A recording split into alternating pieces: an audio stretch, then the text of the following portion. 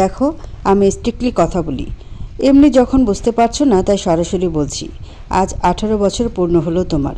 So now you are suitable for a physical relationship, Bangla যাকে বলে শারীরিক সম্পর্ক। It's clear. আশা করি এর চেয়ে সহজ ভাষা আমাকে ইউজ করতে হবে না তোমাকে ব্যাপারটা বোঝাতে। So you will be ready.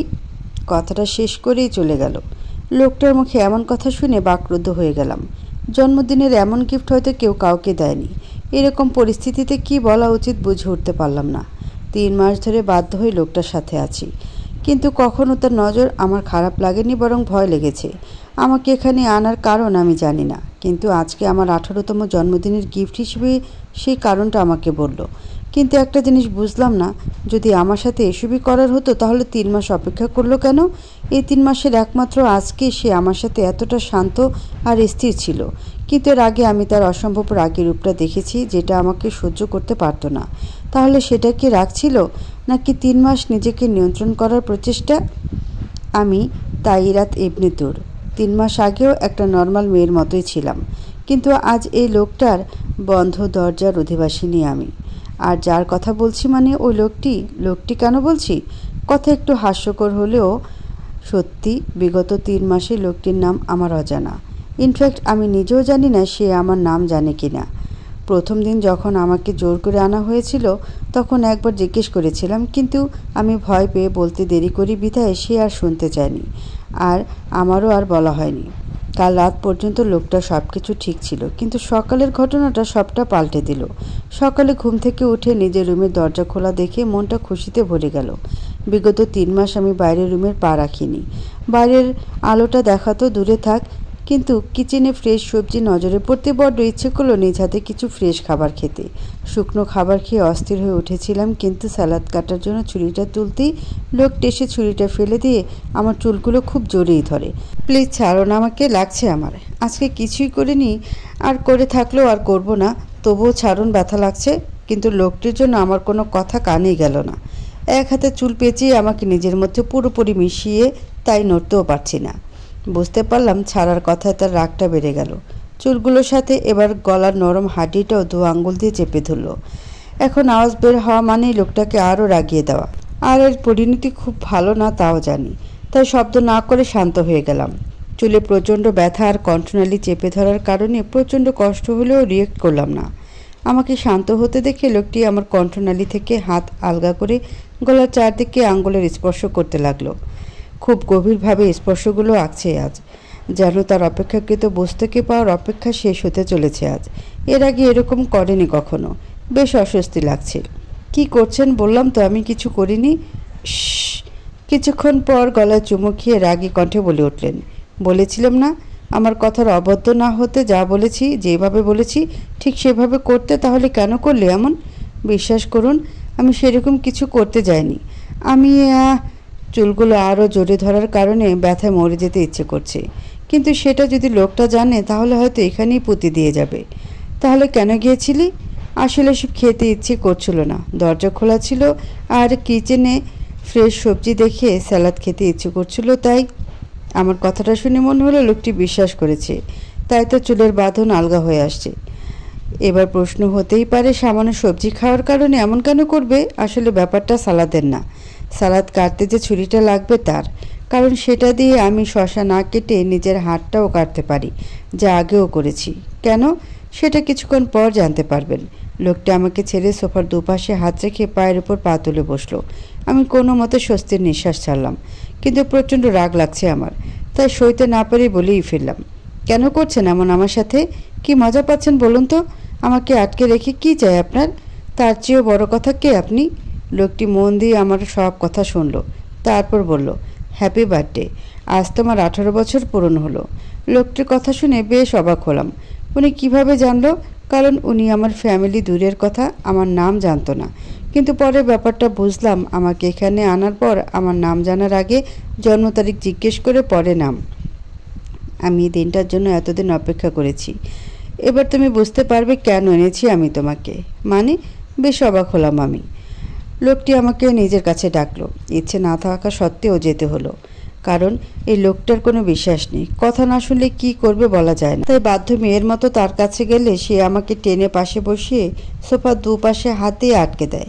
আমার দিকে তার মুখটা আনতে একটু চেপে গেলাম। বার্থডে গার্লকে গিফট না দিলে হয়? আর গিফট হিসেবে তোমাকে এখানে কেন আনা হয়েছে সেটা বলবো। কেন এনেছেন? যেহেতু তোমার 18 বছর পূর্ণ হয়ে গেছে, না উই ফিট ফর, বুঝতেই পারছো। তার কথার ভঙ্গিমা আমার ভালো লাগলো না, কারণ এর আগে এরকম কথা বলেনি আর না এমন বিহেভ করেছে। রেগেছে ঠিকই, কিন্তু এভাবে নয়। তবে আজকে সুরটা বেশ অদ্ভুত। দু একটা ঢোক গেলে জিজ্ঞেস করেই ফেললাম, হোয়াট? লোকটি যেন একটু বিব্রত হলো আমার কথায়, তবুও বিরক্তি কাটিয়ে বলল, এতদিন ছোট ছিলে, এখন তো বড় হয়ে গেছো, এখনই কি তোমাকে ব্যাপারটা খোলাসা করতে হবে? কথাটা বুঝলাম না। একটা মানুষ একদিনে কতটা বড় হতে পারে, যেটা গতকাল না বুঝলেও আজ বুঝবে, কারণ তার 18 বছর পূর্ণ হয়েছে বলে? কথাটা উনি কী বোঝাতে চাইলেও জানি না, কিন্তু আমি কিছুই বুঝলাম না। কিন্তু এটা বুঝলাম উনি ভালো কিছু চাইছেন না। দেখো, আমি স্ট্রিক্টলি কথা বলি, এমনি যখন বুঝতে পারছো না তাই সরাসরি বলছি, আজ 18 বছর পূর্ণ হলো তোমার। So now you are suitable for a physical relationship, Bangla যাকে বলে শারীরিক সম্পর্ক। It's clear? আশা করি এর চেয়ে সহজ ভাষা আমাকে ইউজ করতে হবে না তোমাকে ব্যাপারটা বোঝাতে। So you will be ready. কথাটা কানের মধ্যে যেন এসে বাড়ি খেলো। কি রিয়েক্ট করা উচিত বুঝতে পারলাম না। 3 মাসে যে ভয়টা পেয়েছিলাম, আজ তার কথা শুনতে ভয়টা আবার মনের মাঝে জায়গা দখল করে নিল। কারণ তার মাঝে এরকমটা মনে হয়নি। তার মানে লোকটি আমার 18 বছর হওয়ার অপেক্ষা ছিল। হ্যালো? লোকটির ডাকে ঘোর ভাঙে। একটু সময় লাগলো। বাস্তবটা বোঝা মুহূর্তেই ওনাকে ধাক্কা দিয়ে নিজেকে ওনার থেকে সরিয়ে দিলাম। উনি যেন কিছু মনে করলেন না, ব্যাপারটা স্বাভাবিকভাবেই নিলেন। তারপর শান্ত গলায় বললেন, বুঝতেই পারছি তোমার জন্য ব্যাপারটা অনেকটা। একজন অবিবাহিত মেয়ে, সে যাই হোক, আমার কিছু করার নেই। আমি এই জন্য তোমাকে এনেছি। আই থিঙ্ক আমার সাথে এতদিন থাকার পর তোমার ততটাও সমস্যা হওয়ার কথা না। আমি কি বলবো বুঝতে পারছি না। আমার নীরবতা দেখে সে আবার বলতে শুরু করলো, দেখো, নামটা মনে করার চেষ্টা করে। কি যেন বলেছিলে? হ্যাঁ, তুর। 3 মাস আগে একবার নামটা বলেছিলাম, সেটা এখনও তার মনে আছে। দেখো তুর, আমার ঝামেলা ভালো লাগে না। আমি তোমার অ্যাডাল্ট হওয়ার অপেক্ষায় ছিলাম, আর আজ তোমার 18 বছর পূর্ণ হয়েছে। সো তুমি নিশ্চয়ই তবে তোমার এতদিনের প্রশ্নের উত্তর পেয়ে গেছো যে তোমায় এখানে কেন আনা হয়েছে, তাও আবার জোর করে তোমার ফ্যামিলি থেকে। যাই হোক, তৈরি থেকো, বি রেডি। লোকটি কথাগুলো বলেই চলে গেল, আর আমি ওখানে ধপ করে বসে পড়লাম। লোকটি এমনভাবে কথাগুলো বলল যেন এগুলো খুব স্বাভাবিক কথা। আমাকে জোর করে আমার ফ্যামিলি থেকে আলাদা করেছিল এসবের জন্য। কিছুই বুঝতে পারলাম না। মাথাটা ঝিম হয়ে ওখানেই জ্ঞান হারালাম। জ্ঞান ফিরে দেখি বিছানায় শুয়ে আছি। লোকটা আমার সামনে বসে ইঞ্জেকশনে কোনো একটা মেডিসিন ইন করছে। আমাকে দেখে মৃদু হাসলো। বলেছিলাম আজ তোমাকে নিজেকে তৈরি রাখতে, কিন্তু এতটা ভালো প্রস্তুতি হবে জানা ছিল না। ভুবন ভোলানো হাসি দিয়ে বলল। এদিকে আমার গলা শুকিয়ে আসলো। আশ্চর্যভাবে লোকটি পানির গ্লাস এগিয়ে দিল। আমিও চুপচাপ খেয়ে নিলাম। কিন্তু বুঝে ওঠার আগেই লোকটি আমার হাতে ইঞ্জেকশন পুশ করে দিলেন। তুমি কি ভেবেছো এভাবে ছেড়ে দেব? যা বলেছি তাই, কথা নড়চড় হবে না। হঠাৎ করে মাথাটা চক্কর দিয়ে উঠল, আর লোকটা মুচকি এসে আমার দিকে এগোতে থাকলো। আমি পেছোতে পেছোতে বিছানায় পড়ে গেলাম। দেখুন, এরকম কিছু করলে ভালো হবে না। আমি কিন্তু চিৎকার। আমার কথা শুনে লোকটা বেশ জোরে হেসে দিল, আর আমি আহামক হয়ে রইলাম। এ মেয়ে, বড় হয়ে গেলে তুমি কিন্তু এখনো বুঝতে পারছো না? এ বন্ধ দরজার বাইরে তোমার ডাক কেউ শুনবে না। এখানে কেন, তুমি বাইরে গিয়ে গলা ফাটিয়ে চিৎকার করলেও তোমার ডাকে সাড়া দেওয়ার মতো কাউকে পাবে না। বলে লোকটি বাঁকা হেসে আমার আরও কাছে আসতে থাকে। হঠাৎ করে সব কিছু ঘোলা হয়ে যেতে লাগলো। আবছাতে শুধু বুঝতে পারছি লোকটা নিজের শার্টের উপরের বোতামগুলো খুলছে। আমার পাশে বসে এগিয়ে আসতেই বাধা দেওয়ার চেষ্টা করলাম, কিন্তু হঠাৎ অন্ধকার হয়ে সবটা হারিয়ে গেল।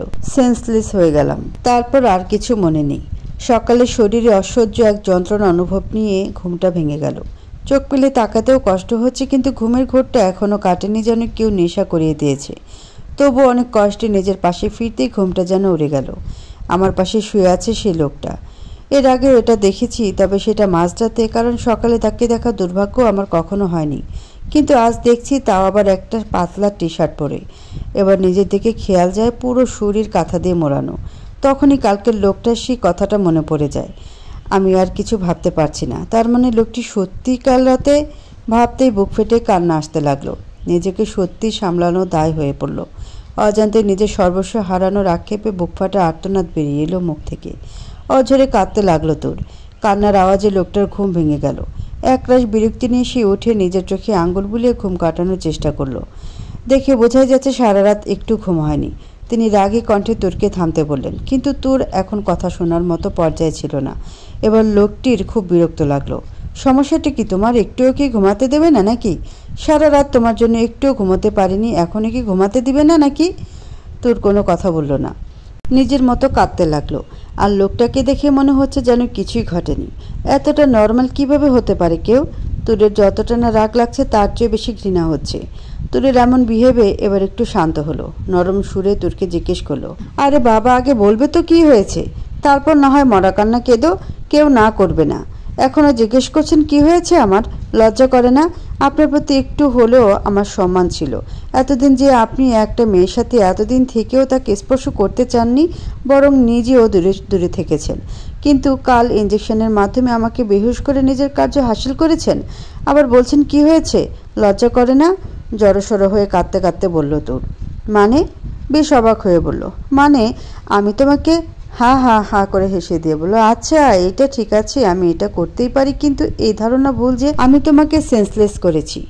ও আমি নিজে সেন্সলেস হয়ে গেছি তাই না, যাতে আপনার কোনো অসুবিধা না হয়? দেখো আমি সেরকম কিছু করিনি। চুপ করুন। আপনাদের মতো লোকেরা কোনোদিন ভালো হতে পারে না, কারণ পশুদের কাজ হচ্ছে এটা, আর আপনি তাদের মধ্যেই পড়েন। দুনিয়ার সবচেয়ে নিকৃষ্ট জীব।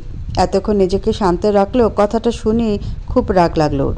ও তোরকে কাছে টেনে বিছানায় শুয়ে একদম ওর মুখের কাছে গেল। তোমার এটাই মনে হচ্ছে আমি তোমাকে সেন্সলেস করে এসব করেছি? ওকে, এখন তো তুমি সজ্ঞানে আছো, তাহলে দেখি কতটুকু প্রোটেক্ট করতে পারো নিজেকে। রেগে গেল বেশ। প্লিজ না। কাঁদতে শুরু করলো। নিজের গায়ের চাদরটা আরও শক্ত করে আঁকড়ে ধরার চেষ্টা করলো, কিন্তু পারল না। লোকটা ওর হাতটা থেকে চাদরটা এক প্রকার ছিঁড়েই ফেলে দিল। ও হাত দিয়ে নিজেকে ঢাকার চেষ্টা করতে লোকটা অট্ট হাসিতে ফেটে পড়ল। আরে বোকা, আগে তো নিজেকে দেখো, তারপর না হয় নিজেকে লুকানোর চেষ্টা করো। তোর লোকটার ভেবে অবাক হয়, তারপরও নিজের দিকে তাকায়। কাল রাতে যে ড্রেস পরা ছিল সেই ড্রেস, একটু অন্যরকম হয়নি। লোকটি বিছানায় হেলান দিয়ে এক হাঁটু উঠিয়ে তার উপর হাত দিয়ে শান্ত গলায় বলল, কাল যখন আমি তোমাকে সেন্সলেস দেখি তখন বুঝতে পেরেছি তুমি দুর্বলতার কারণে সেন্সলেস হয়ে গিয়েছো। বিশ্রাম প্রয়োজন, তাই জ্ঞান ফেরার পর ইঞ্জেকশন দিয়েছিলাম। আর তোমার মাথা ঘোরার কারণ তোমার দুর্বলতা, আর ঘুমের কারণ ইঞ্জেকশন। ওকে, তার মানে আপনি আমার সাথে? লোকটি ওর দিকে তাকিয়ে ওকে টেনে নিজের উপর ফেলে দেয়। শক্ত করে নিজের সাথে মিশিয়ে বলতে থাকে, তোমাকে কিছু করার জন্য তোমাকে সেন্সলেস করার কোনো প্রয়োজন নেই। আর না আমি তা করব, যা হবে সেটা সজ্ঞানে। তাই তোমাকে এতদিন নিজের কাছে রেখেছি কমফোর্ট জোন দেওয়ার জন্য। তবে তুমি যদি রাজি না হও তবে ব্যাপারটা আলাদা। মুখের কাছ থেকে চুলগুলো সরিয়ে তুরের ঠোঁটে আলতো স্পর্শ করলো। লোকটার এমন কথা আর কাজে তুর আকাশ থেকে পড়ল। লোকটা আসলে কি করতে চায়? ও তুরকে স্বেচ্ছায় বাধ্য করতে চায়, এর মানে কি? অবাক চোখে তাকিয়ে দেখতে থাকে লোকটার দিকে। এভাবে আমার দিকে তাকিয়ে থেকো না। প্রেমে পড়ে গেলে কিন্তু তোমার ক্ষতি হবে, পরে কিন্তু ছেড়ে যেতে পারবে না। ওর কথা তোর নিজেকে ছাড়িয়ে নিতে চায়, কিন্তু লোকটা আরও জোরে ওকে ধরে বলে, বলছি বলেই ছেড়ে যাবে নাকি?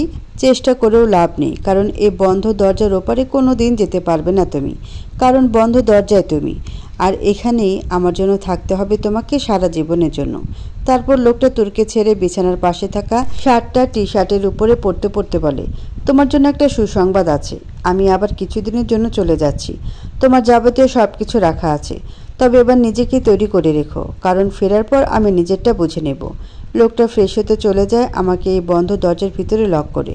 তাকে যাওয়ার জন্য এই রুমটার আসার প্রয়োজন নেই, কারণ এই রুমে আমার কিছু ছাড়া অন্য কিছু বলতে শুধু এই লোকটা।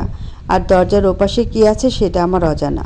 শুধু একটা কথাই ভাবছি, যাওয়ার আগে কি সে একবারের জন্য এ রুমে আসবে, যাতে বাইরের একটু বাতাস এ রুমে আসতে পারে তার সাথে। এসব কথা ভাবতে ভাবতে তুর দেখলো লোকটি দরজা খুলে ভেতরে আসছে।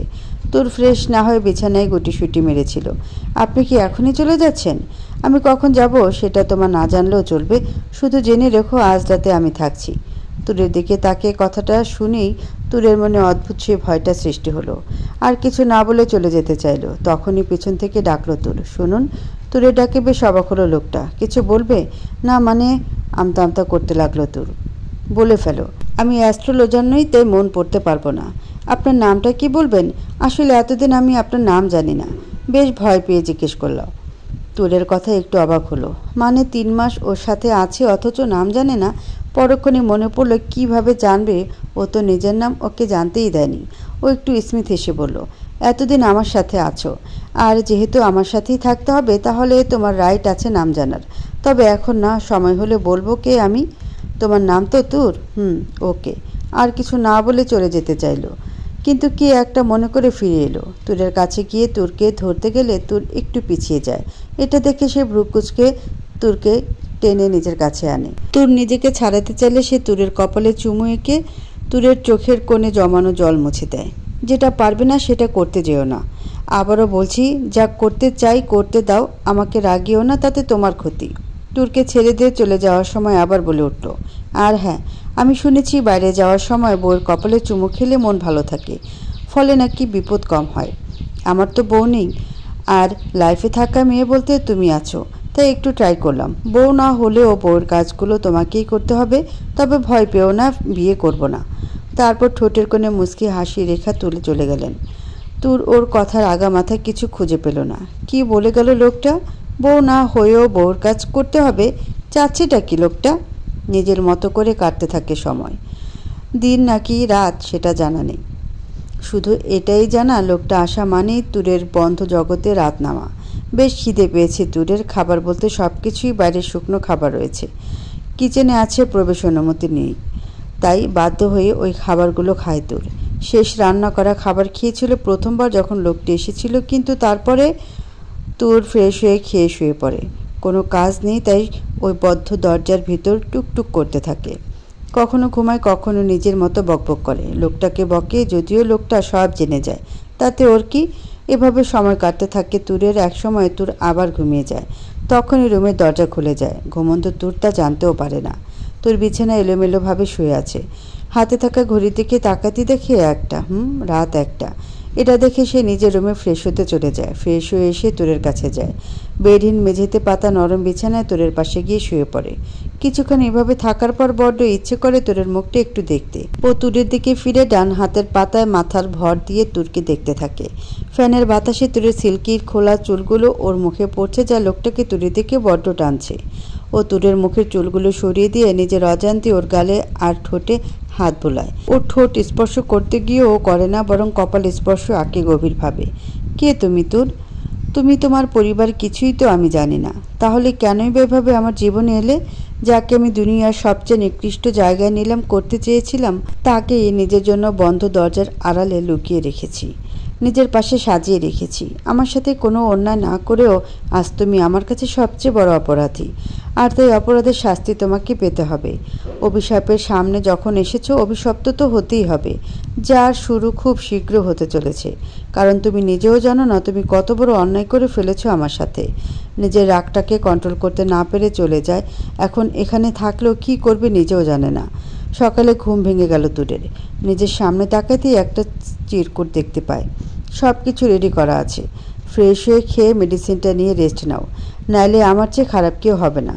আরেকটা কথা, আমি কিন্তু আমার পাওনা কিছুটা নিয়ে গেছি, পরে বলবে আমি বলিনি কেন।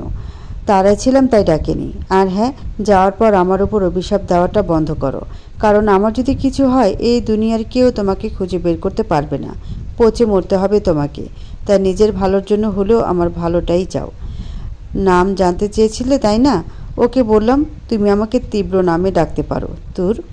ওনার নাম তাহলে তীব্র? আসলেই তার নামটা তার মতোই ভয়ঙ্কর। নামের মতোই তার মাঝে একটা তীব্রতার ব্যাপার আছে। ধুর, এসব ভেবে লাভ নেই। লোকটা চলে গেছে, এটাই সবচেয়ে বড় পাওনা। তীব্র চলে গেছে কথাটা ভাবতে বন্ধ ঘরের 4 দেয়ালের মাঝে বুক ভরা নিঃশ্বাস নেয় তুর। কিন্তু পরক্ষণে আবার মন খারাপ হয়ে যায়। না জানি কতদিন ওকে আবার কোনো মানুষকে না দেখেই থাকতে হবে। যদিও তীব্র আগে কথা না বললেও এখন একটু কথা বলে, তাতেই ওর মনে হয় ও বেঁচে আছে। কিন্তু এখন এই 4 দেয়ালের আড়ালে কী করে এতদিন থাকবেও? কিন্তু নিজের ভাবনার জন্য নিজেই নিজের উপর তাচ্ছিল্যের হাসি হাসে। কারণ লোকটা যে বলল সারা জীবন ওকে এখানে পচে মরতে হবে, তার বেলায় না, আর ভালো লাগছে না তুরের। শুয়ে বসে থাকতে থাকতে সে ক্লান্ত, তাই নিজের বাসভূমির সেই বন্ধ ঘরে হাঁটাহাঁটি শুরু করে। হঠাৎ তুর ক্যালেন্ডারের সামনে গিয়ে দাঁড়ায়। তারপর ক্যালেন্ডারের দিকে এক দৃষ্টিতে তাকিয়ে ভাবতে লাগলো, আজ 3 মাস হতে চলল তুর এই বন্ধ রুমটার মধ্যে বন্দি জীবন কাটাচ্ছে। ক্যালেন্ডারের প্রতিটি তারিখে নিজে হাতে একটা একটা দাগ কেটেছে তুর, তবে কলম বা অন্য কিছু দিয়ে নয়, নিজ হাতের আঙ্গুলের নখ দিয়ে। এই রুমটা বেশ বড়ই, বাইরে যাওয়ার জন্য শুধু একটা দরজা, না কোনো জানালা না অন্য কিছু। রুমে তেমন কিছুই নেই বললেই চলে, শুধু আর একটা আলমারি রয়েছে যাতে তুরের প্রয়োজনীয় জিনিসপত্র সবই আছে। খাবার হিসেবে কতগুলো শুকনো খাবার আর পানির বোতল রয়েছে। কোনো খাট নেই, শুধু মাটিতে একটা বিছানা রয়েছে যা অত্যন্ত সফট। মাথার উপর সিলিং ফ্যান আর দেয়ালের সবচেয়ে উঁচুতে এসি রয়েছে যা রিমোট কন্ট্রোল, কিন্তু লাইট নিভানোর কোনো ব্যবস্থা নেই তুরের কাছে, কারণ তাতে তুরের উপর নজর রাখতে পারবে না লোকটি। এক কথা, এই রুমে তেমন কিছুই নেই যার দ্বারা নিজের কোনো ক্ষতি করা যায়। সাথে অ্যাটাচ করা বাথরুম আর কিচেন রয়েছে, তবে লোকটি না আসলে কিচেনে যাওয়া তো দূর, দেখার সৌভাগ্য হয় না। তবে বন্ধ রুমের ভিতরে থেকেও শান্তি পায় না তুর। নিজের মতো করে চলতে পারে না, কারণ এই ঘরের চারিদিকে 4টি সিসি ক্যামেরা লাগানো, এমনকি বাথরুমও 4টা ক্যামেরা লাগিয়েছিল লোকটা। এটা যখন দেখলো প্রচণ্ড রাগ লাগছিল লোকটার উপর। লোকটি একটু অন্যরকম জানা ছিল, কিন্তু মঙ্গল গ্রহ বা বাংলাদেশের বিখ্যাত পাবনার পাগলা নিবাস থেকে পালিয়েছিল কিনা তা নিয়ে তোর যথেষ্ট সন্দেহ আছে। নাহলে 4টে সিসি ক্যামেরা, তাও বাথরুমে, ভাবা যায়। প্রচণ্ড রাগ লাগছিল, কিন্তু কি করার, তোরের কিছুই করার নেই। বাথরুম তো ইউজ করতেই হবে, তাই কোনো মতে ক্যামেরার উপরে কাপড়ের দেয়াল দিয়ে আড়াল করার চেষ্টা করলো, কিন্তু শেষ রক্ষা আর হলো না। তোর যখন গোসল করতে গেল, হঠাৎ করে দরজায় কেউ পাগলের মতো ধাক্কাতে শুরু করলো। বেশ বিরক্ত হলো তোর, বুঝতে বাকি থাকলো না যে মিডনাইট ম্যান মানে ওই পাগল লোকটা এসেছে। কিন্তু এটা বুঝতে পারলো না মিডনাইট ম্যান এই মিড ডেতে কোথা থেকে উদয় হলো। পরক্ষণে মনে পড়লো এখন বোধহয় রাত হবে, কারণ উনি তো দিনে আসবে না। কিন্তু বুঝতে পারলো না তার দিনে বা রাতে যেভাবেই আসুক, হঠাৎ করে বাথরুমের দরজা কেন ধাক্কাচ্ছে। ওনার কি ইয়েটা বেশি জোরে পেয়েছে, নাকি যে নিজের ওয়াশরুমে যাওয়ার তর সইছে না। নিজের ভাবনা থেকে ফিরে আসার আগেই তুরের মনে হলো এবার দরজাটা আর আস্থা থাকবে না, আর দরজা ভাঙলে সর্বনাশ। এই মিডনাইট ম্যানের কোনো বিশ্বাস নেই, সে আর এই দরজা সারাবে না। তাই বাধ্য হয়ে কোনো মতে কাপড় পেঁচিয়ে দরজা খুলে নিজেকে লুকিয়ে দরজায় উকি দিল তোর। কিন্তু এটা ভুলে যে সে ভাবনা ফেরত পাগলের সামনে দরজা খুলেছে, যার মাথায় এতটুকু সেন্স নেই যে একটা মেয়ে কখন ওয়াশরুমের দরজা উকি দিয়ে দরজা খোলে। দরজা খোলার সাথে সাথে জার্মানিতে আসা সুনামির মতো ওয়াশরুমের ভিতরে ঢুকেই তুরের হাত দুটো ধরে দেয়ালে চেপে ধরল। তোমার সাহস হয় কী করে আমাকে এতক্ষণ বাইরে দাঁড় করিয়ে রাখার? সেই কখন থেকে দরজা ধাক্কাচ্ছি, কি করেছিল এতক্ষণ? আর ক্যামেরা বন্ধ করেছো কেন? এত সাহস পাও কই? খুব জোরে চিল্লিয়ে বলল। লোকটার কথা শুনে তোর আবালির মতো ওর দিকে ড্যাব ড্যাব করে তাকিয়ে রইল। তীব্রের কথা শুনে ওর ভয় না, নিজেকে বিড়ালের বাচ্চা মনে হচ্ছে যে গোসল করতে পারবে না, তাই তাকে গোসল করানোর জন্য এসেছে। কি হলো, কথা বলছো না কেন? আচ্ছা, আপনার মাথায় কি সত্যি কোনো সমস্যা আছে? অবাক হয়ে জিজ্ঞেস করলো। মানে আমি কি আপনাকে সাথে নিয়ে গোসল করব? আচ্ছা বাদ দিন, এটা বলুন, কোনো মেয়ে বাথরুমে বসে কি করতে পারে? সে কি করবে? গোসল করবে নাকি অন্য কিছু? সেটা আপনাকে দেখানোর জন্য ক্যামেরা খুলে রাখবে? Like seriously? তুরের কথা শুনে তীব্র আকাশ থেকে পড়ল। মানে ও তুরকে নিয়ে এতটাই পজিটিভ হয়ে গেছে যে ও খেয়াল করেনি ও বাথরুমে সিসিটিভি লাগিয়েছে। সত্যি তো মেয়েটা কি ওকে নিজের গোসল করা দেখাবে নাকি? আপনার কি মনে হয় আমি বাথরুমে বসে পালানোর প্ল্যান করছি, নাকি নিজেকে মারার প্ল্যান? তীব্র বেশ অস্বস্তিতে পড়ে তুরের কথায়, কিন্তু তুরকে বুঝতে না দিয়ে নিজেকে সামলে নিয়ে আসে। তারপর ওর দিকে এগিয়ে দেয়ালের দুপাশে হাত রেখে মুখটা নিচু করে ওর মুখের কাছে নিয়ে আসে। তারপর বলে, আমি না চাইলে তুমি পালানো তো দূর, বাইরের আলোটা কেমন তাও জানতে পারবে না। আর নিজের ক্ষতির কথা বলছো, তার পরিণাম কি হতে পারে সেটা তো তুমি আগেই দেখেছো। দেখুন, আমার না মরার শখ ঠিকই আছে, কিন্তু তা বাথরুমের মধ্যে না। আর আপনি কিভাবে বাথরুমের মধ্যে ক্যামেরা লাগান? মানে কোনো ম্যানার্স নেই নাকি? আমি আপনার সামনে কাপড় চেঞ্জ করব নাকি? আর আপনারও বলিহারি, বাথরুমে ক্যামেরা লাগানোর জায়গা, দয়া করে এই জায়গাতেও ক্ষমা দেন আমাকে। এবার তীব্র তুরকে ভালোভাবে দেখে নেয়। ফর্সা লম্বা গরনের মেয়েটা তীব্রের বুকের কাছে এসে পড়ছে। ভেজা ঠোঁটগুলো গোলাপের নরম পাপড়ির মতো লাগছে। ভেজা চুলগুলো এলোমেলো হয়ে দুপাশে বিস্তৃত হয়ে ছড়িয়ে আছে, যা তুরকে অসম্ভব মোহনীয় করে তুলছে। তাড়াহুড়ো তোর কোনো মতে একটা ওড়না দিয়ে গ্রাম্য মহিলাদের শাড়ির মতো পেঁচিয়ে রেখেছে, যার জন্য ফর্সা শরীরের এক কাত উন্মুক্ত আছে। তুরকে এমন অবস্থায় দেখে তীব্রের মাথা যেন হ্যাং করা শুরু করলো। কি হলো, এমন নেশাগ্রস্তের মতো তাকিয়ে আছেন কেন? গাঞ্জা টাঞ্জা কিছু খেয়েছেন নাকি? তুরের কথায় তীব্র বাঁকা হাসলো। তুরের কথাগুলো অদ্ভুত বিদ্রুপ থাকলেও সেগুলো বাচ্চাদের বায়না লাগে তীব্রের কাছে। ও তুরকে একটানে কাছে এনে শাওয়ারের নিচে দাঁড় করিয়ে আবার শাওয়ার ছেড়ে দিল। তারপর এক হাত দিয়ে তুরের দু হাত পেছনে মুড়ে আটকে ওকে নিজের সাথে মিশিয়ে দেয়ালে এক হাতের ভর রাখলো। শাওয়ারের পানিগুলো তীব্রের মুখ থেকে গড়িয়ে তুরের মুখে পড়তে লাগলো। কি হলো, কি করছেন? বলেই তুরকে একদম নিজের বুকের সাথে মিশিয়ে নেয়। তুর নিজেকে ছাড়ানোর জন্য হাত মুছতে থাকে, কিন্তু তীব্রের এক হাতের শক্তির কাছে ব্যর্থ হয়। তুর নিজের মুখ যতটা না দূরে নিতে চায়, তীব্র ততটাই ওর কাছে যায়। তীব্রের এক হাতের ভর দেয়ালে থাকার কারণে তীব্রের কোনো সমস্যা হচ্ছে না, বরং তুরের ছোটাছুটিতে ওর বেশ মজা লাগছে। ছাড়ুন আমাকে। নিজে আমার সামনে এভাবে ওড়না জড়িয়ে দাঁড়িয়ে আছো আর বলছো আমি নেশাগ্রস্তের মতো তাকিয়ে আছি কেন? আমি তো শুধু তাকিয়ে আছি, অন্য কেউ হলে এতক্ষণে টিপ টিপ বর্ষা পানি পানি মেয়ে আগ লাগা দিই কেস হয়ে যেত। যদিও আমারও ইচ্ছে করছে এমন কিছু করতে, কিন্তু তুমি এখনও বাচ্চা, আর আমার টেস্ট এতটাও খারাপ নয় যে একটা বাচ্চার সাথে কিছু করব।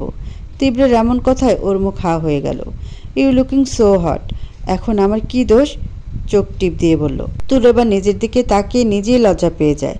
এবার আর ও তীব্রের দিকে তাকাতে পারে না, কিন্তু মনে মনে তীব্রের গুষ্টি সুষ্টি উদ্ধার করতে থাকে। কি হলো, কিছু বলছে না যে? তুরকে কিছু বলতে না দেখে ওর হাত দুটো ছেড়ে দেয়। হাত ছাড়া পেয়ে তুর পালিয়ে যেতে চায়, কিন্তু তার আগে তীব্র ওর কোমর পেঁচিয়ে ধরে এক হাতে ওকে উঁচু করে মেঝে থেকে সম্পূর্ণ উপরে তুলে মিলিয়ে নেয় বুকের সাথে। আমাকে এত খাটালে, এত বাজে কথা বলে, আবার উঁচু গলায় কথা বললে তার শাস্তি তো তোমাকে পেতে হবে। মানে? ভয়ে ডোক গিলে তুর। তোমাকে? তুরে দেখে এগিয়ে যেতেই তোর মুখ ফিরিয়ে নেয়, আর ওর ভেজা চুলগুলো খুব জোরেই তীব্রের মুখে বাড়ি খায়। তুরকে ভয় দেখানোর জন্য এমনটা করলেও তুরের চুলের বাড়িতে কেন জানি তীব্রের রাগ উঠে গেল। তার চেয়ে বড় কারণ তুর তীব্রের বুকে হাত দিয়ে আছে। ওর ছোঁয়া যেন তীব্রের সহ্য হলো না। তোর চোখ বন্ধ করে নিজেকে ছাড়ানোর চেষ্টা করে তীব্রের বুকে বাড়ি দিচ্ছে, আর তীব্র ওর বন্ধ চোখের দিকে তাকিয়ে প্রচণ্ড রাগে তাকিয়ে আছে শান্ত চোখে। প্লিজ যেতে দিন। চোখ বন্ধ করে তীব্রকে কিলঘুষি মারতে থাকে তোর। মুহূর্তে তীব্রের রাগটা বেড়ে গেল। ও তুরকে দেয়ালের সাথে চেপে ওর উন্মুক্ত কাঁধে খুব গভীরভাবে চুমো আঁকে। তুরের মনে হলো কোনো চোখ ওর রক্ত খেতে যাচ্ছে।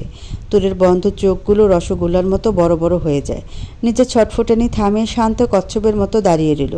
ও কি শান্ত হতে দেখে তীব্রের রাগটা ক্রমশ বেড়ে গেল। তীব্র কাঁধ থেকে সরে গলার কাছে গিয়ে একটা বাইট করে দাঁত বসিয়ে দিতে তুর চিৎকার করে উঠল।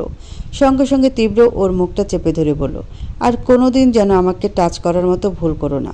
তোমাকে আমি স্পর্শ করতেই পারি, কিন্তু আমাকে টাচ করার দুঃসাহসও করো না। তুরের ভেজা চুলগুলোকে নিজের মুঠোয় পুরে। ভিজা চুলের ব্যথাটা বরাবর বেশি, কিন্তু শব্দ করতে পারে না, কারণ তীব্র মুখ চেপে তার উপায় রাখেনি। তুরের কান্নায় দম বন্ধ হয়ে আসছে। এটা দেখে তুরকে ছেড়ে দিতেই ও কাঁদতে থাকে। রাগটা আরও বেড়ে যায় তীব্রের। কান্নার খুব শখ, তাই না? ওকে বলে তুরকে ধাক্কা মারে। তীব্রের ধাক্কায় তুর পানি ভর্তি বাথটবে পড়ে যায়।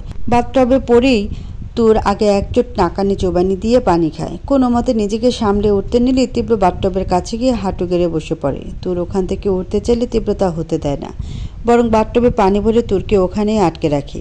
ওর রাগে চোখের চাহনিতে ভয়ে সেই পানির মধ্যে চুপটি মেরে কতক্ষণ বসে থাকে তুর তাও নিজেও জানে না। আর শাওয়ারের পানির নিচে বসে তীব্র বাথটবে তুরকে দেখতে থাকে। দুজনেই পানির মধ্যে বসে আছে, একজন অনিচ্ছায় করে আরেকজন স্বেচ্ছায়। এভাবে থাকতে থাকতে একসময় তীব্র বুঝতে পারে তুর কাঁপছে শীতে। ও তুরের গালে নিজের হাত দিতেই দেখে পুরো শরীর ঠান্ডা হয়ে আসছে। কি হলো, শীত লাগছে? মাথা নাড়ায় তুর। ভয় পেয়েছ?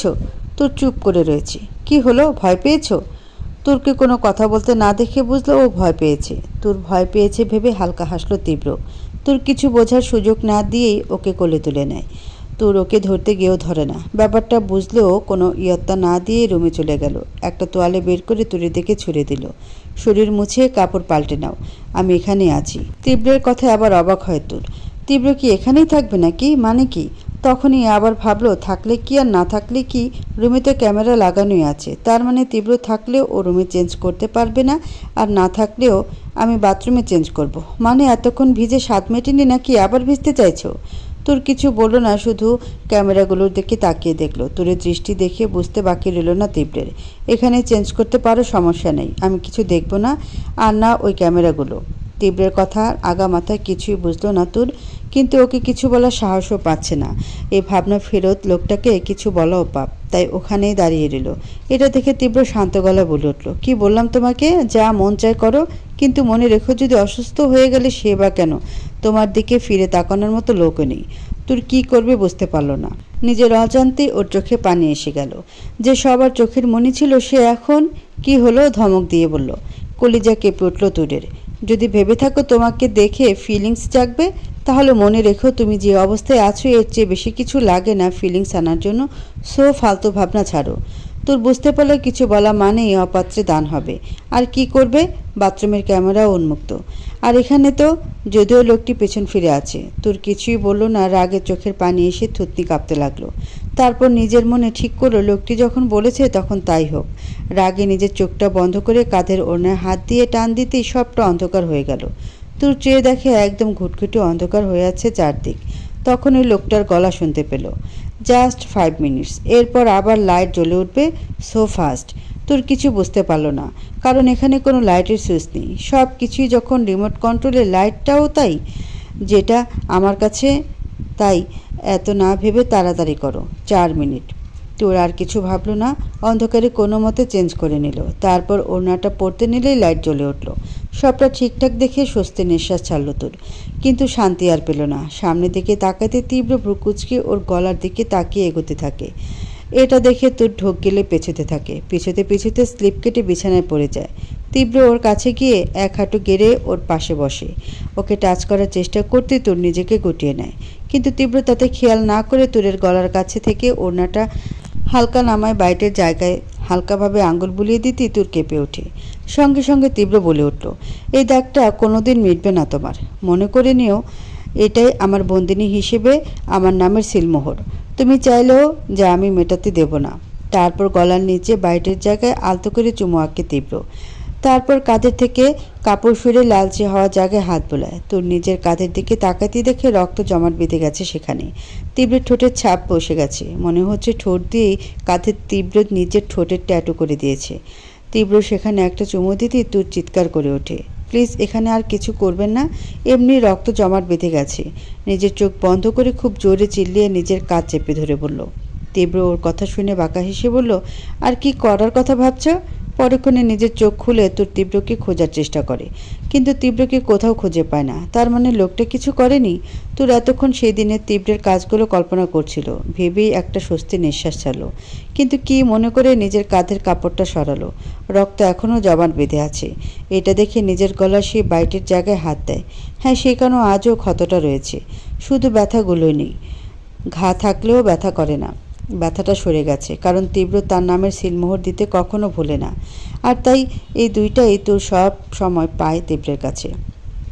কিন্তু তীব্র নেই ভেবে গলার দাগে হাত দিয়ে মেঝেতে পাতা বিছানায় শুয়ে পড়ে তোর। এতক্ষণ যা যা করছিল সবটাই গাড়িতে বসে নিজের ল্যাপটপে দেখছিল তীব্র। তুরের নিজের গলা আর কাঁধ দেখতে দেখে বুঝলো তার বন্দিনী তার দেওয়া চিহ্নকেই দেখছিল। তুরের শরীরে নিজের দেওয়া রেখা দেখে ল্যাপটপটা বন্ধ করে গাড়ির সিটে মাথা রেখে প্রশান্তে নিঃশ্বাস ছাড়ল তীব্র। এটা ভেবে তার তোর বন্দিনী হয়ে তার হয়ে আছে। হ্যাঁ, তার তোর। কিছুদিন আগে না থাকলেও কয়েক ঘন্টার ব্যবধানে তুরের উপর আলাদা একটা অধিকারবোধ জন্ম নিয়েছে তীব্রের। 3 মাস আগেও যেটা জোর মনে হতো, সময়ের ব্যবধানে তা এখন অধিকারে পরিণত হয়েছে তীব্রের। তুরের উপর অজান্তে এখন অধিকার শুধু তীব্রের, কারণ তুর যে তার বন্ধ দরজায় বন্ধিনী নয়, তীব্রের বন্ধ দরজায় তুমি। আপনারা এটাই ভাবছেন আসলে 3 মাস আগে কি হয়েছিল যার কারণে তীব্রের সাথে তুরের ভাগ্যটা এভাবে জুড়ে গেল? আর তীব্র এমন করছেই বা কেন? ভালোবেসে না অন্য কারণ? 3 মাস আগের কথা। তুরের লাইফে তীব্র নামের অভিশাপের প্রকাশ ঘটে খুব অদ্ভুতভাবে। কোনো একটা ঝড়ের চেয়ে কম ভাবে না, যেন মাঝ নদীতে কোনো এক অজানা ঝড়, যা তুরের সাজানো সুন্দর জীবনটাই পাল্টে দিল। 3 মাস আগের কথা। বাবা মায়ের একমাত্র সন্তান তুর, তাই খুব আহ্লাদি হয়ে বড় হয়ে উঠেছে। এবার এইচএসসি এক্সাম দিয়েছে, রেজাল্ট এখনও বের হয়নি। পরীক্ষার পর সবার মতো তুরও একদম ফ্রি ছিল। সারাদিনের কাজ ছিল ঘোরাঘুরি, শপিং, পার্লার, রূপচর্চা, মোবাইল নিয়ে টিপাটিপি করা আর মায়ের সাথে পায়ে পা মিলিয়ে ঝগড়া করা। নিজের কাজিনদের মধ্যেও তুর বেশ জনপ্রিয়, কারণ ওর দুষ্টুমি স্বভাব আর দস্যিপনার জন্য সবাই খুব ভালোবাসে ওকে। কাজিনরা তুর বলতে পাগল। সব কিছু ঠিক ছিল তুরের জীবনে। কলেজ শেষ হবার পরেও সব ফ্রেন্ডের সাথে দেখা হতো তুরের। সবাই মিলে ভালোই সময় কাটাতো। তবে প্রেম ভালোবাসা বলতে তেমন কিছুই ছিল না। সব কিছুই ফান মনে হতো। কেউ প্রেম করতে দেখলে টিজ করত, আর তোরকে কেউ ভালোবাসার কথা বললে সেটা মজা ছলে ফান ভেবে উড়িয়ে দিত। তবে কারোর সাথে খারাপ বিহেভ করতো না, ফানিভাবেই না করে দিত যাতে কারো গায়ে লাগে না। সেটা জানা সত্ত্বেও তুরের ক্লাসের অনেকেই ওকে প্রপোজ করেছিল, তবে তাদের মধ্যে কয়েকজন ছিল যারা না করা সত্ত্বেও তুরকে বারবার বলতো, কিন্তু প্রতিবারই তুর হাসির ছলে তা উড়িয়ে দিত। কিন্তু তাদের মধ্যে একজন ছিল যে তুরকে শুধু বলাতে সীমাবদ্ধ থাকেনি, বরং ওকে অনেকবার ইমোশনালি ব্ল্যাকমেল করতে চেয়েছে, কিন্তু তার তুর তো কোনো মতে এড়িয়ে গেছে। শেষে পরীক্ষার আগ দিয়ে ছেলেটা ওকে ডিস্টার্ব করতে শুরু করে। পরীক্ষা খারাপ হবে ভেবে তুর ওদিকে মন দেয় না, কিন্তু পরীক্ষার শেষের দিন জানায় ও যদি রাজি না হয় তাহলে ও নিজের ক্ষতি করে দেবে। সেদিন কথাটা শুনে প্রচণ্ড রাগ লাগে তুরের। ও গিয়ে ছেলেটাকে থাপ্পড় মারে আর বলে, জি সন্তোর কাছে নিজের জীবনের দাম না থাকতে পারে, নিজের পরিবারের আদর ভালোবাসা তোকে কষ্ট করে বড় করার মূল্য না থাকতে পারে, কিন্তু আমার আছে। যার কাছে নিজের জীবনের মূল্য নেই সে আমার কি মূল্য দেবে? তোর আমি সত্যি আর একটাও কথা বলবি না জিসান। তোর বাবার অনেক ক্ষমতা থাকতে পারে, একমাত্র সন্তান তুই তোর বাবার। তুই নিজেকে আপনার পাগল প্রুভ না করে সুস্থ মানুষের মতো থাক। আমি তোকে চাই তোর, একদম ফালতু কথা বলবি না। রাস্তায় এসব সিন ক্রিয়েট করে নিজের ফ্যামিলির সম্মান নষ্ট করার ইচ্ছে তোর আছে, কিন্তু আমার নেই। তোর যা ইচ্ছে করতে পারিস। তারপর সেখান থেকে রেগে চলে যায় তোর। এরপর আর জিসানের সাথে ওর দেখা হয় না। পরীক্ষার পর ফ্রেন্ডের সাথে ঘোরাঘুরি করলেও জিসানকে আর কখনো দেখেনি ও। ট্যুরের জীবনে এটাই প্রথম কোনো সমস্যা ছিল, কিন্তু সে অবধিও সব ঠিক ছিল। নিজের লাইফে প্রচণ্ড হ্যাপি ছিল তোর, কিন্তু সবটা যেন বদলে গেল সেদিন যেদিন ট্যুরের লাইফে তীব্র নামের অভিশাপের প্রকাশ ঘটে। সেদিন ছিল ওর চাচাতো বোনের বিয়ে। হঠাৎ করে বিয়েটা ঠিক হয়ে গিয়েছিল। সব ওর বোন এবার অনার্স 3rd ইয়ারে পড়ে। হঠাৎ করে এভাবে সাদামাটা বিয়ের মানেই খুঁজে পায় না তোর। বলা নেই কওয়া নেই বিয়ে। প্রচণ্ড খারাপ লাগে তুরের, কারণ একটাই কাজিনদের মধ্যে তুরকে সবচেয়ে বেশি ওই ভালোবাসে। তাই ও এভাবে চলে যাবে মানতে কষ্ট হয় তুরের। ইচ্ছা না থাকা সত্ত্বেও তোর মন খারাপ করে গেল। গিয়ে দেখে তেমন কোনো আয়োজন হয়নি, মোটামুটি ঘরোয়াভাবে। অথচ কতই না ইচ্ছে ছিল জাঁকজমকভাবে ওর বোনের বিয়ে করার, যাতে করে তুর অনেক মজা করবে। কিন্তু সব মাঠে মারা গেল। পরে গিয়ে জানতে পারলো যার সাথে বিয়ে ঠিক হয়েছে সে নাকি বিদেশে চলে যাবে, তাই এত তাড়াহুড়ো। আর তাতে ওর বোনের সম্মতি দেখলো, যাতে কিছুটা হলো রাগ কমলো। কারণ দুলাভাইয়ের ছবি দেখে পছন্দ হলো তুরের, তাই ওরা নিজেদের মতো আনন্দ করতে লাগলো। কিন্তু বিপত্তি বাঁধল পার্লারের লোকজন নিয়ে। যাদের ডেকেছিল তারা এসে পৌঁছায়নি। তাদের মধ্যে একজন এসে বলল, যেহেতু বিয়ের সিজন তাই এক্সট্রা এখানে আসতে পারবে না। ওনারা যদি চায় তবে পার্লারে গিয়ে সাজতে পারে। সবাই খুব ঝামেলায় পড়ে গেল। তখনই নিমি বলে উঠল, আচ্ছা সামনে তো পার্লার, যেতে 10 মিনিটও লাগবে না, আমরা ওখানে যেতেই পারি। এমনিতে অনেক দেরি হয়েছে, এত শর্ট নোটিশে কেউ আসবে না। সবাই ওর কথা চিন্তা করে ভেবে দেখলো তাই ঠিক হবে। ওরা মিলে পার্লারে যাওয়ার সিদ্ধান্ত নেবে। ওরা সবাই যাবার সময় পার্লারের সেই মেয়েটা তুরকে ডেকে বলল, আপু আপনি কিন্তু খুব সুন্দর, আপনিও আসুন। সবাই যাচ্ছে, আপনিও ওনাদের সাথে আসুন। ব্যাস তুরকে আর পাইকে। তবে ও সাজতে না, সাজ দেখতে ভালো লাগে, তাই তোর এক নিমিষেই রাজি হয়ে গেল। তুরকে রাজি হতে দেখে মেয়েটা হালকা ম্লান হাসি দিল। ওরা কাজিন সব মিলিয়ে 6 জন ছিল, সাথে ওদের ফুপি। তারপর বাইরে বেরিয়ে গাড়িতে করে যেতে চাইলে পার্লারের মেয়েটি বলল, সামনেই পার্লার, তাই এখন সময় নষ্ট না করে রিক্সা নিলেই হয়। ব্যাপারটা বেশ মজার ছিল। রাত প্রায় 8টা, তাই ওরা 3টা রিক্সা ঠিক করে বেরিয়ে পড়ল। সামনেরটায় বিয়ের কনে ফুপি, পরেরটা 3 জন, আর শেষেরটা তুর, ননি আর নিমি। অবশেষে ওরা পার্লারে পৌঁছায়। সবাই নিজেদের সাজগোজে বিজি হয়ে পড়ে। ঘড়ির কাঁটা তখন 8টা থেকে 11টা চলে যায়, তার কোনো খবর থাকে না। মেয়েদের সাজ বলে কথা। ওদিকে বরপক্ষ এসে বসে আছে। ফুপির মোবাইলে কল আসছে। এটা দেখে বেশ মজা লাগছে তুরের। তোদের বিয়েতে এত ভেজাল, আমার বিয়েতে দেখিস আমি বিয়ের আগে সব কিছু রেডি করে রাখবো যাতে কোনো সমস্যা না হয়। আহা, তোর বর ভেজাল করলে তোকে মারবে নাকি? ননি বলে উঠল, একদম না, আমার বর দুনিয়ার বেস্ট হবে। আমাকে মারা তো দূরে থাক, ধমকও দিবে না, ভালোবেসে ভরে রাখবে আমাকে। চুপ কর আতুর ঘর, দেখিস তোর না বিয়েই হবে না। বিয়ে হবে না মানে? তাইলে আদর সোহাগ করবে কে? বাহ, জামাইয়ের সোহাগ খাওয়ার এত শখ? ননি বলে উঠল, তাইলে জামাই আদর করবো বইলা কথা, নাইলে জামাইরে আসলে থুরিও ওড়নায় বানতাম কেমতে। যা, দোয়া করে দিলাম তোর বিয়ে হবে না। নিমি বলে উঠল, নিমি, আচ্ছা আদর খাওয়া যখন শখ, তাহলে তুই বিয়া ছাড়াই জামাইয়ের আদর খাবি। নিমি বলে উঠল, বিয়া ছাড়া মানে? ওরে আতুর ঘরের কেউ বুঝা। চুপ করবি তোরা। এভাবেই ওদের মাঝে হাসি মজা চলতে থাকে। সবাই সাজলেও তুই সাজতে চায়, কিন্তু সবাই সেজেছে তাই ও না করেনি। তবে পার্লারে সবচেয়ে সিম্পল সাজটাই দিয়েছে। তবু ওকে দেখে সবাই পঞ্চমুখ। আস্তুরের বিয়েও দেওয়া যাবে, কি রে, বিয়ে করবি? হ্যাঁ রে, তুই তো বিয়ের জন্য তৈরি, শুধু বরের বাকি। যদি পাইয়া যাই তাহলে তোর বিয়েও পাক্কা। আমি না আমার বিএফ ছাড়া কাউকে বিয়ে করব না। আর এ যদি আজকে আসে তাহলে ওর সাথেই পালিয়ে যাব, কারণ আমার পক্ষে এত সব কিছু মেনে বিয়ে করা পসিবল না। YONO I am different. Boyfriend তোর আসতে বলেছি, দেখে নিস আজকেই পালাবো। এমনি এমনি কি পেতনি সাজ দিছি? মজা করে বলল। তারপর ওরা সেজে গুজে বাড়ি ফিরতে যায়। বেশ রাত হয়ে গিয়েছে, তাই রাস্তা প্রায় ফাঁকা। তাই ওরা রিক্সা নিয়ে ফিরে আসতে চায়। সবার পেছনের গাড়িতে থাকে তুর আর ওর 2 কাজিন, আর বাকিরা সামনে। বিয়ে সব কিছু নিতে ওদের রিক্সা একটু পিছিয়ে পড়ে। রাতে শহর হলেও রাস্তাটা খানিকটা নীরব, কিন্তু 3 জন বেশ হাসি খুশি হয়েই ফিরছে আর তুরকে টিজ করছে। ঠিক তখনই ওদের সামনে একটা কালো মাইক্রোবাস থামে। ওরা কিছু বুঝে ওঠার আগে কিছু লোক এসে ওদের গাড়িতে তুলে নেয়। তারপর আর ওদের কিছু মনে থাকে না। ওদের 3 জনকে বেহুশ করে ফেলে লোকগুলো নিয়ে যায় নিজেদের সাথে। স্যার, ছেলেটার অবস্থা ভালো না, বেশ খারাপ অবস্থায় আছে। ওর বাবার সাথে কথা হয়েছে, ওর মা নাকি অজ্ঞান হারিয়ে এখানেই ভর্তি। ছেলেটার চিকিৎসা চলছে, কিন্তু ডক্টর কিছু বলছে না। বাঁচবে কিনা তার কোনো নিশ্চয়তা দিতে পারছে না। এতক্ষণ ধরে সোফায় বসে থুতনি ভর দিয়ে কথাগুলো শুনছিল তীব্র। ওর অবস্থা খারাপ তীব্রতা ভালো করেই জানে। তীব্রতা দেখিয়ে এসেছে। ওর বাবাকে ফোন দাও। তীব্রের কথায় ওর বাবার কাছে ফোন দেয়। কল ধরতেই ওপাশ থেকে কারো ভেজা রাগী কণ্ঠের আওয়াজ পায় তীব্র। আঙ্কেল, ওর অবস্থা কেমন? সবটাই তো জানো। নিজেকে সামলে বলল। আপনি কি চান? যে বা যারা আপনার ছেলের এই অবস্থার জন্য দায়ী তাকে কি শাস্তি দিতে চান বলুন? আমি শুধু আমার ছেলেকে ফিরে পেতে চাই, আর কিছু চাওয়ার নেই। শুধু এতটুকুই বলবো, সে কোনোদিন ভালো থাকবে না। খেয়াল রাখবেন ওর। ফোনটা কেটে দেয় তীব্র। তারপর খুব শান্ত গলা জিজ্ঞেস করে, মেয়েটা কোথায়? স্যার, ঢোক গেলে। স্যার, মেয়েটাকে এখানে আনা হয়েছে, কিন্তু ওর সাথে আরও 2টা মেয়েকেও আনা হয়েছে, কারণ ওরা বুঝতে পারে নাই কোন মেয়েটাকে আনতে হবে। আমি মেয়েটিকে দেখতে চাই। জি স্যার। তীব্রের সামনে মুখে ফাঁসির আসামির মতো কালো কাপড় বেঁধে হাত দুটো পেছনে বাঁধা বসে আছে ননি, নিমি আর তুর। ওদের মুখের কাপড় সরাও, গম্ভীর সুরে বলল। ওদের মুখের কাপড় সরালো, কিন্তু কেউ তীব্রকে দেখতে পেল না, কারণ 3 জনের চোখ আগেই কালো কাপড় দিয়ে বাঁধা হয়েছিল।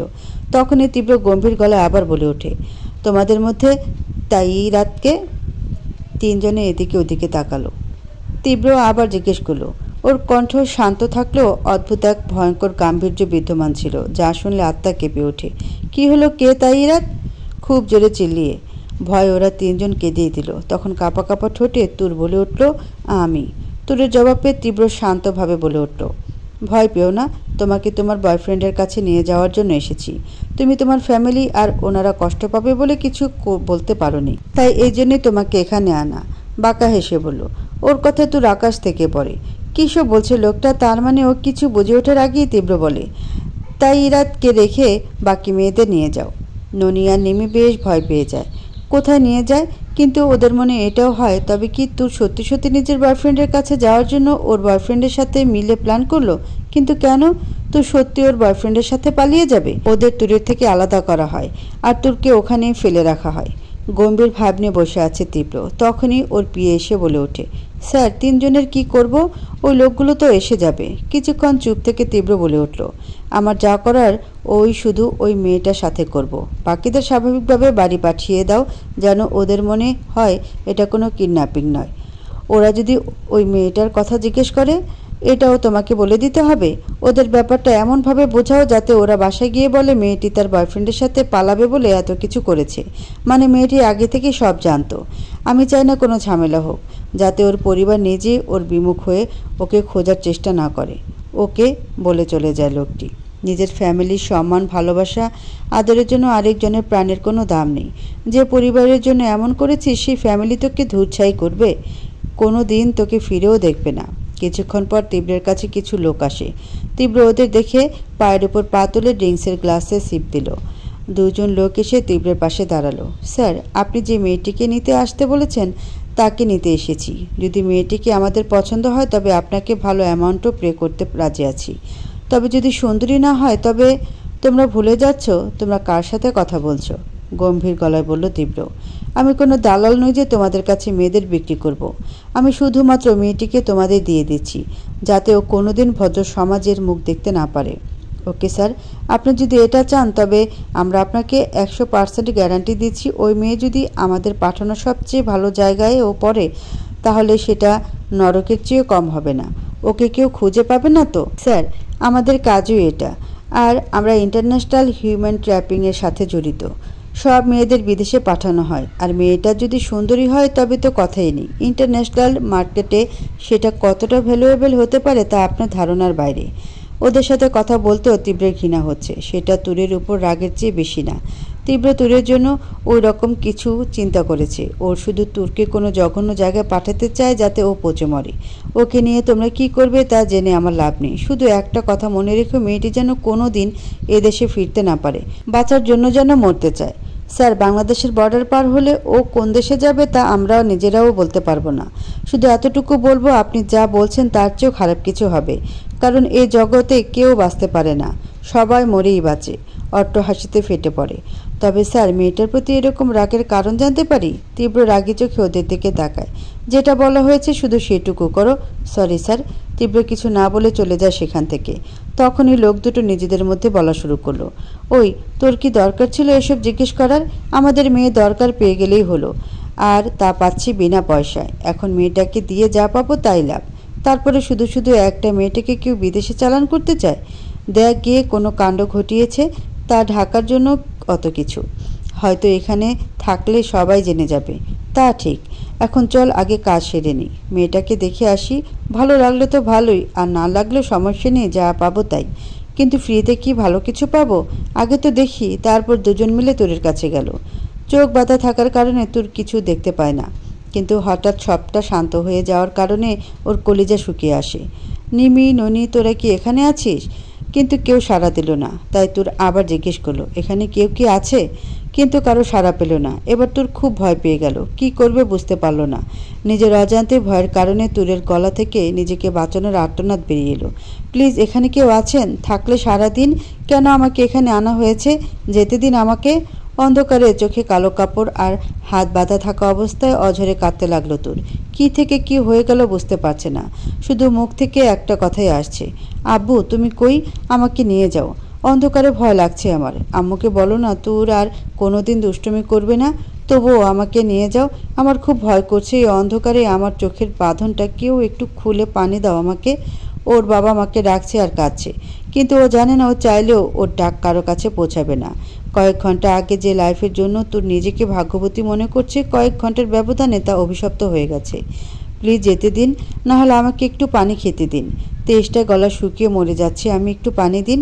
কিন্তু কেউ ওকে পানি দিতে এগিয়ে এলো না। ওর কথা কারো কানেই গেল না। তখনই নিজের শরীরে সূচের মতো কিছু ফিল করলো তোর, আর মাথাটা ঘুরে ওখানেই পড়ে গেল। হ্যাঁ, ওই দুজন লোক এসেছে তোরের শব্দ শুনে ইঞ্জেকশন দিয়ে সেন্সলেস করে দিয়েছে। ইস, বেচার একটু পানি দিলেই হতো। আরে ছাড় তো, যেখানে পাঠাবো সেখানে পানি চিৎকার শোনার মতো কেউ থাকবে না। তা ঠিক। আচ্ছা বাদ দে, মুখের কাপড়টা সারা মুখটা তো দেখি দেখি চলে কি না। বিনা পয়সার জিনিস বলে কথা। শয়তানি হাসি দিয়ে বলল, মেঝেতে পড়ে আছে তোরের মুখের কালো কাপড়টা সরাতেই দুজন লোকের ঝটকা খাওয়ার মতো অবস্থা। ওরা একে অপরের মুখে চাওয়াচাই করলো। নিজের অজান্তে প্রথম লোকটির মুখে মাশাআল্লাহ শব্দটি বেরিয়ে এলো। এতটা স্নিগ্ধ আভা ফুটে আছে তোরের মুখে। চেহারার বাচ্চা মেরে আদলটাও এখনও যায়নি। এইটা মেয়ে নাকি পরী রে? উচ্চস্বরে হেসে বলল, এরকম মেয়েকে কেউ বিনা পয়সা ছাড়ে? আর এর জন্য 3-4 গুণ যা যা ডিমান্ড করা হবে তাই দেবে। লোকটা কি পাগল নাকি? এমন মেয়েকে কেউ হাতছাড়া করে, তাও আবার বিনা পয়সায়? একদম অল্প বয়সী। আহারে, মনে হয় শত্রুতার বলি হয়েছে মেয়েটি। ছাড় তো, আমাদের কি? আমাদের লাইনে এসব চলে না। বিনা পয়সা চাঁদ পেয়েছি, কোনো মতে নিয়ে যেতে পারলেই হয়। চল গিয়ে কথা বলে মেয়েটাকে নিয়ে যাই। তারপর ওরা চলে গেল। আর মেঝেতে পড়ে রইল তৃষ্ণাতুর চেতনা হারানো তোর, যার কোনো ধারণাই নেই কি হতে যাচ্ছে তার সাথে। তাকে হায়নাদের মাঝে বলি দেবার তোড়জোড় চলছে সবার।